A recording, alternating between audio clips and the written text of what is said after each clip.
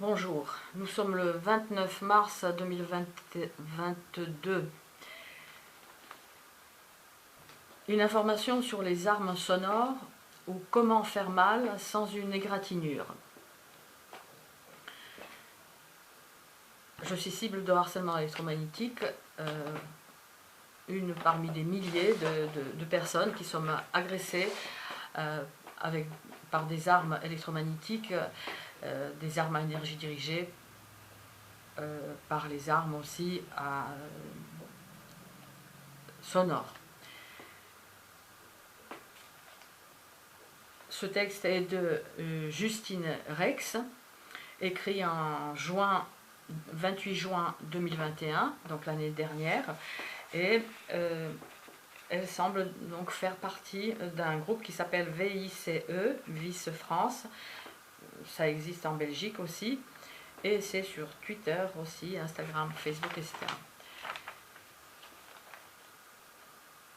Donc, le son peut être utilisé à des fins militaires. Je lis pas tout, mais vous pouvez aller sur, je vous donne les liens, vous pouvez compléter votre lecture et vos connaissances sur cette criminalité qui peut toucher n'importe qui, n'importe qui. En juin, les forces de l'ordre françaises ont par exemple utilisé un canon à son, donc celui qui peut attaquer les tympans, les yeux, l'estomac, mais aussi le cerveau, simplement, donc au moyen du son. Donc ce canon à son a été utilisé contre un rassemblement aux Invalides, dans le cirque covidien.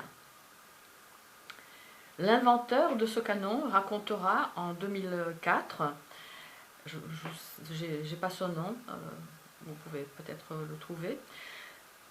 L'inventeur de ce canon à son dit que cette arme produit l'équivalent d'une migraine instantanée. C'est ce que je m'égosille à dire, que c'est des douleurs qui sortent de nulle part. Je ne suis pas la seule, il y a d'autres cibles qui témoignent, mais j'invite toutes les cibles à témoigner comme vous pouvez. C'est vrai que nos témoignages sont un peu parfois maladroits, c'est vrai, c'est pas parfait, j'espère que... Enfin bref. Mais voilà, on n'est pas des professionnels. Donc voilà, l'inventeur de ce canon racontera en 2004 que ceci peut produire une migraine instantanée et certaines personnes en tomberont à genoux. Ce qui m'est arrivé une fois devant une autre cible, Elena Sagnol, qui est venue chez moi pendant quelques jours. Au sortir de la voiture ou arriver devant l'immeuble, la douleur qui m'avait été infligée m'avait fait littéralement vriller. Voilà. Interrogée par nos soins, la préfecture de police n'a pas souhaité répondre à nos questions sur l'utilisation de cette arme. Les matériels utilisés, dit la préfecture, sont inscrits dans le schéma du maintien de l'ordre. Nous n'irons pas au-delà de vos questions. Nous répondons après plusieurs jours d'attente pour cette réponse succincte, dit Justine Rex, l'auteur de ce texte. Alors, il y a quelques années, plusieurs particuliers installaient des boîtiers anti-jeunes devant leur propriété. C'était il y a longtemps, c'était, oui, en effet, dans les années 2010 par là. Ces appareils de harcèlement acoustique, acoustique, qui émettent des fréquences suraiguës uniquement perceptibles par des individus jeunes, ne sont autorisés que dans des circonstances très particulières. En 2008, un Français avait été condamné à 2000 € d'amende pour avoir installé ce type de boîtier près de sa résidence secondaire pour faire fuir les enfants.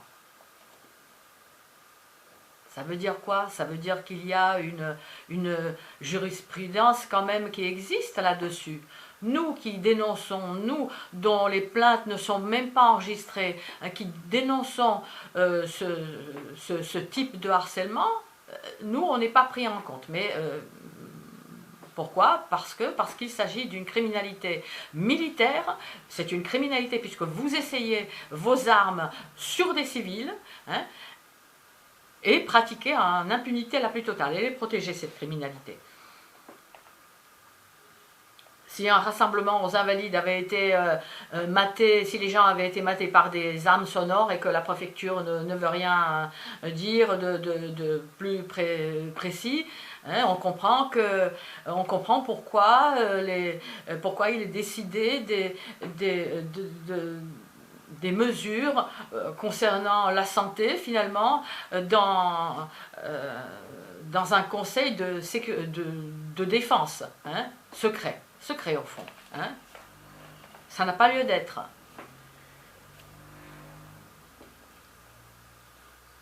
Donc voilà, ces mesures, donc l'interdiction,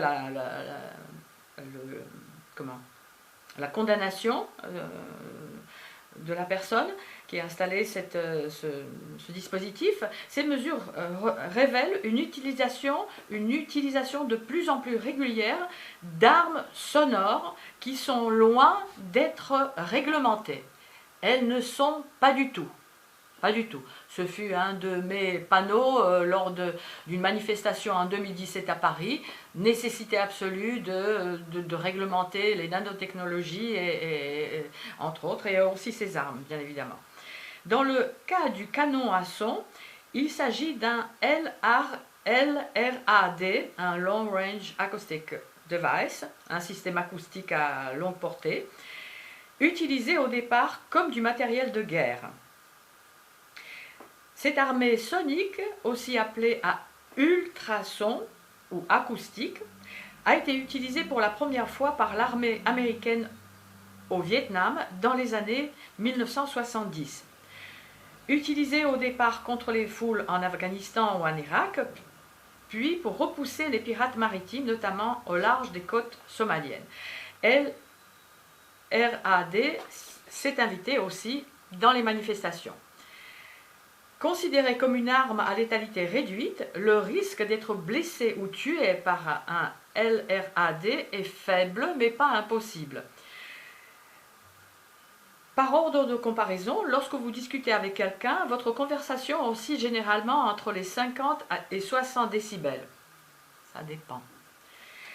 Dans le cas du LRAD, il émet 150 décibels, dépassant largement le seuil de la douleur qui est de 110 décibels. Un avion en plein décollage, quant à lui, émet 125 décibels en moyenne. Une exposition prolongée peut entraîner des dommages auditifs irréversibles, mais aussi d'autres effets indésirables. Selon les valeurs du neuroscientifique spécialisé dans l'audition, Gerald Altman,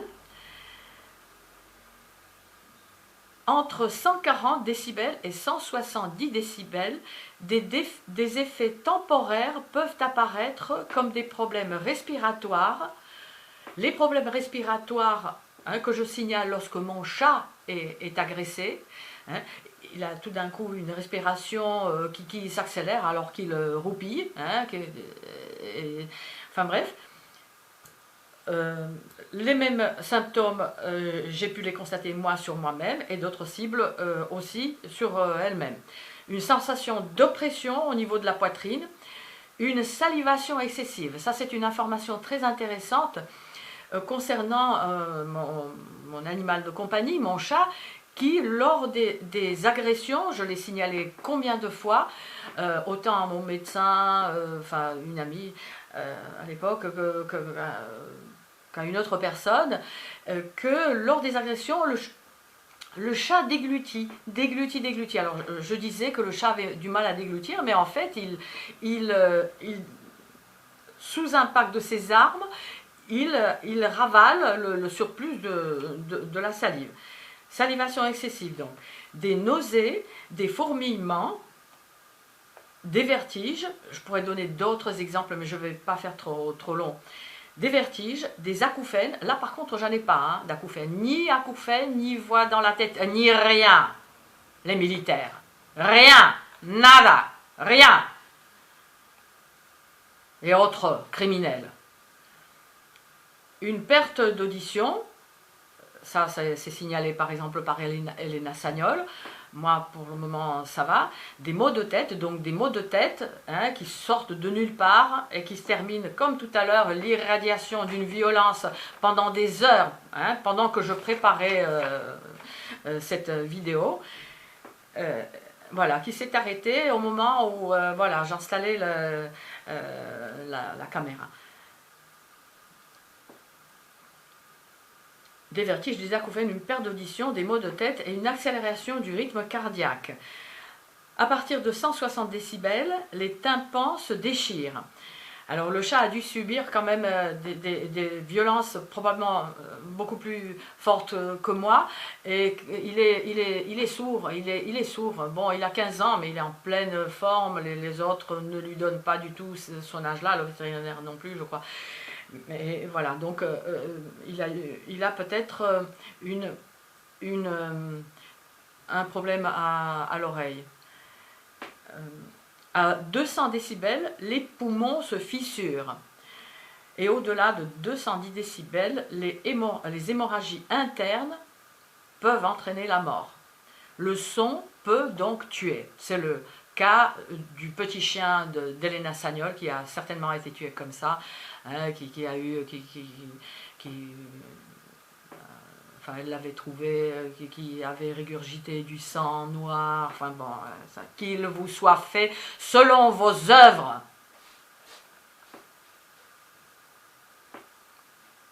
L'utilisation du son comme arme n'est pas nouvelle. Dans les années 1940, des haut-parleurs militaires font leur apparition sur les champs de bataille et les chercheurs nazis s'attellent pour trouver comment rendre le son létal. Dans les années 60-70, les chercheurs se tournent vers le développement d'armes infrasoniques et de grenades assourdissantes.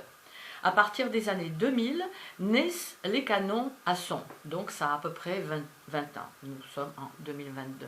Ces dernières années, les pays rivalisent d'ingéniosité dans le domaine de la torture auditive.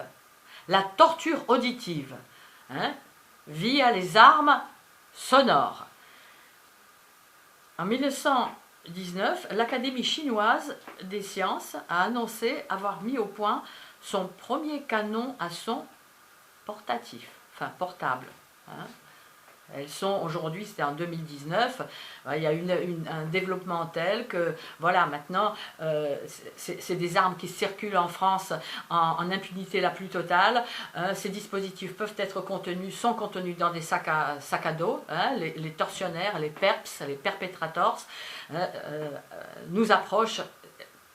Ils ont systématiquement un sac à dos, ou alors pour récupérer les fréquences de nos implants ou d'autres codes pour une torture ultérieure. Hein. Ils sont là avec leur téléphone. Qui d'ailleurs, les téléphones sont aujourd'hui, ce qui en a apparence, sont des armes. Donc en 2019, donc voilà le premier canon à son portable.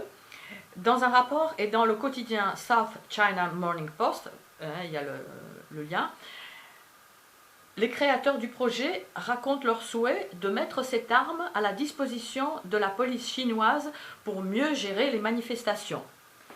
Alors ça pourrait nous faire belle jambe si on n'était pas au courant de l'engouement je mets 3 points, hein, de ce qui nous gouverne, hein, pour le modèle chinois.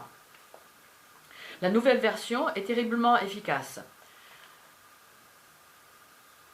Ces armes certaines de ces armes peuvent provoquer l'irritation, par exemple. Bon,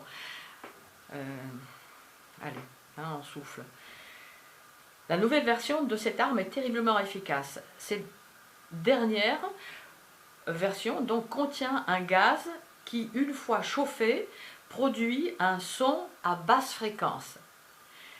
L'infrason, en dessous du son, audible pour les humains, créent des vibrations qui attaquent directement les tympans, les yeux.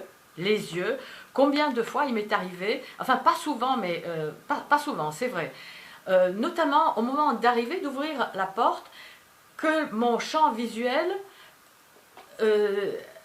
vibrait, ça sautillait, littéralement. Voilà. Donc, ça peut attaquer directement les tympans, les yeux, l'estomac, hein, ces derniers temps, peut-être ces dernières années, ça fait 8 ans que je suis que je subis ces tortures. Enfin, je subis pas vraiment parce que je me défends, hein, comme je peux, mais voilà. Et donc, c'est vrai, je signalais combien de fois les agressions au niveau de l'estomac, du ventre. Mais aussi le cerveau. Alors le taré c'est qui? Le taré c'est qui? Le taré c'est qui? Les militaires, vous faites votre truc, vous faites votre job de tuer, mais pas vous exercez autrement. Vous trouvez autre chose, sur les intelligences militaires, tiens, hein, pas sur les êtres vivants.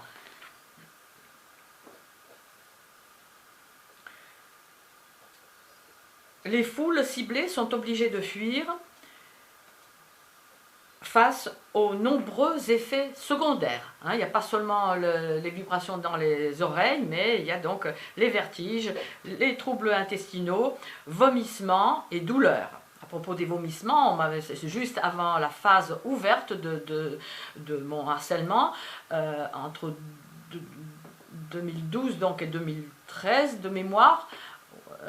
Voilà, à Noël, après un repas de Noël, j'étais la seule à être malade comme un chien, mais comme un chien, hein, et j'ai vomi pendant 3 heures. C'est pas normal, une fois qu'on a tout sorti, ben c'est bon.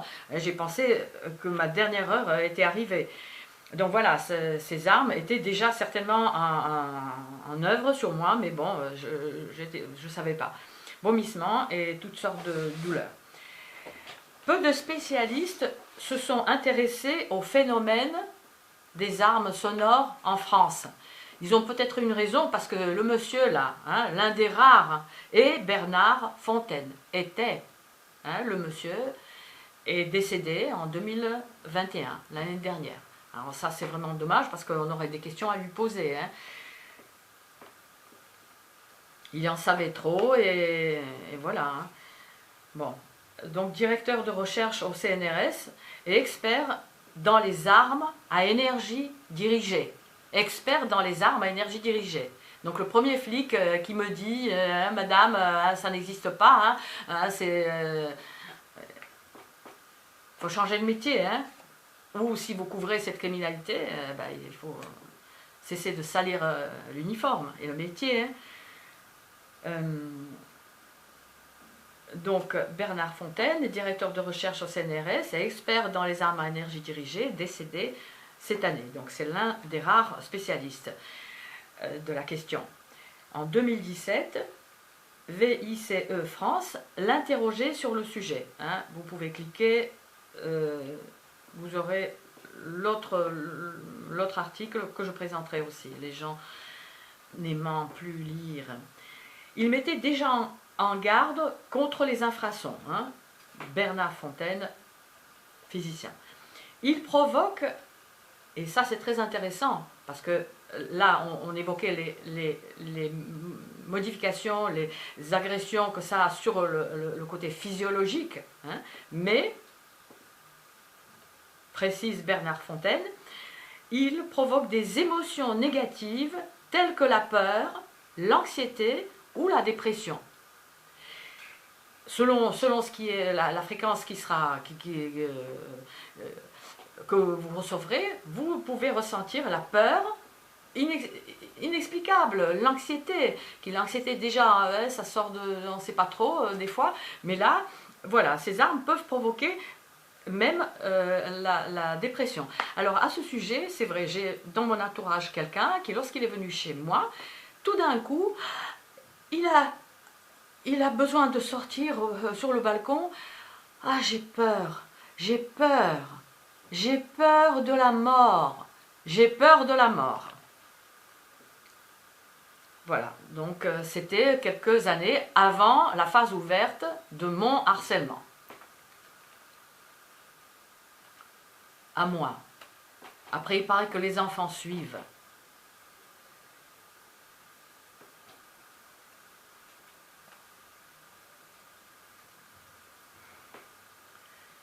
Des réactions de fatigue, ces armes peuvent provoquer des réactions de fatigue, on verra, hein, on verra hein, pour les enfants, on verra. Vous savez très bien qu'une mère qui protège ses enfants, qui lutte pour ses enfants, c'est pas bon hein, pour vous. Hein. C'est pas bon, hein. C'est pas bon, hein, une femme pour vous. C'est pas bon une femme qui défend ses enfants, ou qui se défend tout simplement. Je pense aux petites Vietnamiennes là, 1,30 m, qui tiennent à joue des GIs de 2 mètres. Et que l'un des généraux américains a dit, notre technologie mortifère n'ont pu rien faire. Rien. Rien vous pouvez faire. C'est temporaire. Alors, je suis vraiment énervée. Hein. Alors, je ne sais pas si c'est... Bon, j'étais agressée toute la journée, violemment brûlée. Hein. Voilà.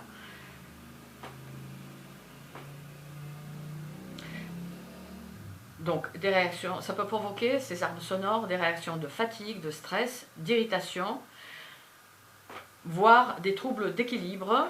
Voilà, ça fait vriller par terre. Et tout ça a été... ces réactions ont été décrites lors de l'exposition aux infrasons. À forte puissance, ces sons inaudibles ou quasi inaudibles, dit-il, quasi inaudible. En 2017, il ne le disait pas, il disait que c'était inaudible et que les diplomates américains à Cuba disaient qu'ils entendaient aussi un peu quelque chose. Donc en 2017, il était peut-être politiquement correct et là, il en a rajouté peut-être une couche. Et en 2021, M. Bernard Fontaine, spécialiste des armes à énergie dirigée, physicien, est décédé. Donc à forte puissance, ces sons inaudibles ou quasi inaudibles, est-ce que ça filme, oui, peuvent provoquer des nausées, voire des troubles nerveux. L'effet de résonance touche les muscles, le squelette, les globes oculaires et les organes internes. Les infrasons permettent de traverser de grandes distances et la plupart des matériaux. Voilà, c'est pour ça que rien ne marche. Hein, comment protégez-vous? Rien ne marche. Contrairement aux ultrasons, qui, ces derniers, comme le canon à son, ne permettent pas encore de viser à un point précis, ce qui en fait une arme d'autant plus dangereuse. On imagine aisément quelqu'un en être victime alors que la personne est à quelques mètres d'une manifestation. Différentes études, pareil, il y a le lien, ont montré les conséquences d'une exposition à des ultrasons à forte intensité sur des souris. Et puis sur les autres, hein, nous les souris, ils savent, ils observent, ils mesurent, hein, ils voient, ils laissent la cible, enfin j'imagine, je présume, prendre par exemple du millepertuis. J'en suis à plusieurs litres en ces 8 ans de torture. Hein, millepertuis c'est considéré comme un antidépresseur par les Allemands. Hein, c'est une plante extrêmement puissante qui peut comment dirais-je, empêcher le fonctionnement d'un médicament allopathique. Pourquoi on veut les interdire, les plantes, hein? L'autre, hein, la blondasse là.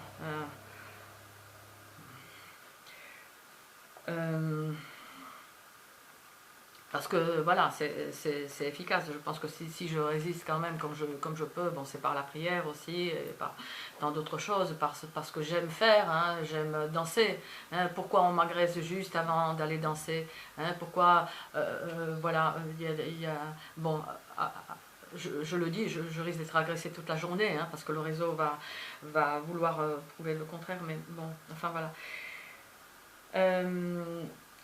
Voilà, différentes études ont montré les conséquences d'une exposition à des ultrasons de forte intensité sur des souris, des lésions pulmonaires, hein, ça me rappelle quelque chose, hein, là récemment, des lésions pulmonaires, hein, qu'on peut vous faire du Covid très vite, hein, enfin, je veux dire, Des lésions pulmonaires et intestinales irrémédiables apparaissent.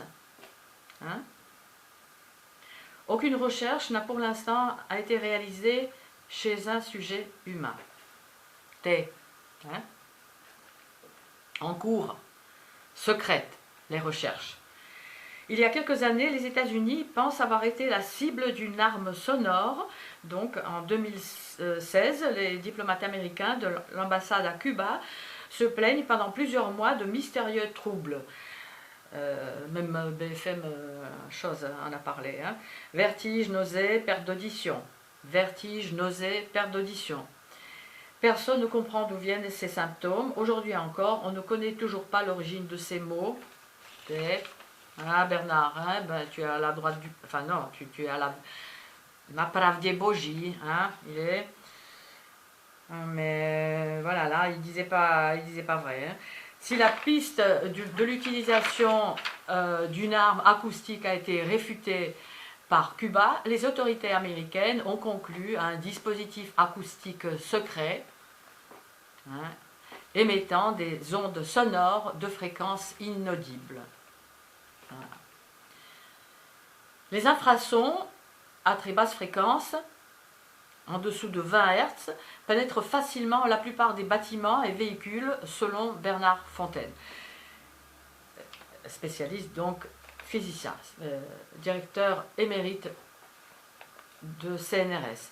Ces ondes sont inaudibles à l'oreille humaine. Il est donc possible d'agir à distance sans même que cela puisse s'entendre. L'usage d'armes acoustiques, par exemple, pourrait être caractérisé de non discriminant dans la mesure où elles ne ciblent pas suffisamment.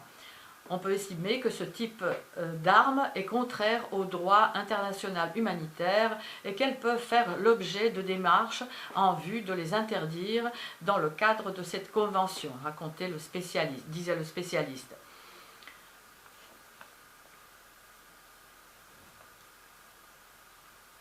J'aurais à redire, mais bon. Et c'est aussi l'avis de la justice américaine. En 2018, la Cour d'appel de New York a jugé anticonstitutionnel l'usage des dispositifs de harcèlement acoustique sur des manifestants qu'elle présente comme un abus de force. Un abus de force. Dans son arrêt, la Cour parle des dangers du LRAD. Le problème posé par des protestants